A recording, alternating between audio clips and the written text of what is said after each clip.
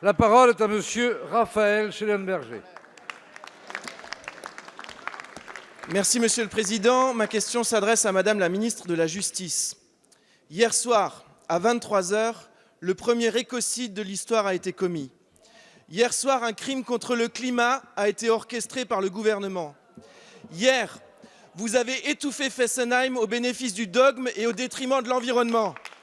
Si le président de la République souhaite interroger l'intégration de l'écocide dans le droit français, je souhaite alors vous interroger en retour, Madame la ministre de la Justice, sur son application à l'action du gouvernement. Hier matin, dans la mise en scène verte du jardin de l'Élysée, le président de la République organisait son alibi, embrassant la quasi-totalité des propositions portées par les membres de la Convention citoyenne pour le climat. Mais hier soir, il se confondait et abandonnait la lutte contre les émissions de gaz à effet de serre et le réchauffement climatique par le symbole politicien de l'arrêt du CNPE de Fessenheim. Préférant l'idéologie au pragmatisme, vous privilégiez les mesures d'affichage à la réduction effective des gaz à effet de serre. Il n'y a pas d'écologie sans respect de l'homme. Député de Fessenheim, je veux ici, en ce jour si particulier, pour la France et son avenir énergétique, saluer le travail remarquable conduit par les salariés de la centrale nucléaire pendant 43 ans. Je sais votre vive émotion en cet instant. Vous avez rendu un site industriel en parfait état de sûreté, très performant, couvrant de façon décarbonée jusqu'à 90% de la consommation électrique alsacienne.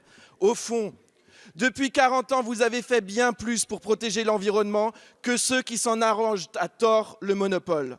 Chers collègues, si l'écologie se mesure en actes, alors la véritable force de protection de l'environnement se trouve ici, sur ces bancs de l'hémicycle, du côté de la droite responsable et pragmatique, soucieuse des résultats et qui ne sacrifie pas les atouts français.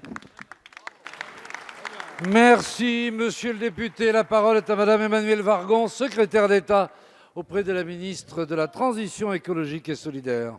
Monsieur le Président, Mesdames, Messieurs les députés, Monsieur le député Raphaël Schellenberger. Oui, hier, nous avons en responsabilité accompagné la fermeture du deuxième réacteur nucléaire de Fessenheim. Nous avons fait ce choix en responsabilité avec deux engagements extrêmement forts.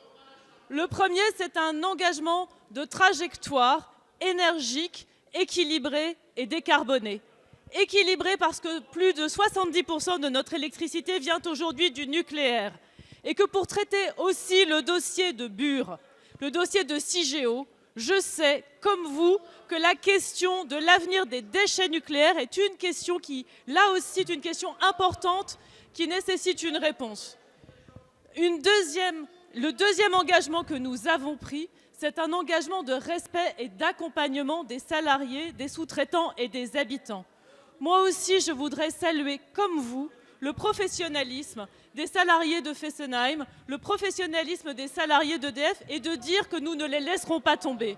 Vous nous avez accusés d'indifférence, mais ça n'est pas la vérité. Depuis 2 ans, ce gouvernement accompagne le territoire de Fessenheim. Le gouvernement accompagne ce territoire avec un projet de territoire à 700 millions d'euros et pas plus tard qu'il y a quelques jours, une entreprise qui s'appelle Européenne de Biomasse a annoncé son intérêt pour la création d'emplois, d'énergie décarbonée, jusqu'à 700 emplois. C'est facile d'invectiver, mais où êtes-vous ? Où êtes-vous quand nous menons les combats localement ? Où êtes-vous quand nous réunissons le comité de territoire ? Où êtes-vous quand nous cherchons des projets locaux ? Alors, l'invective est facile, l'action est difficile. Pas de défaitisme sur le territoire de Fessenheim, ça n'est pas à la hauteur des habitants, ça n'est pas à la hauteur de la démocratie. Merci, Madame la Ministre. S'il vous plaît, avant de lui donner la parole.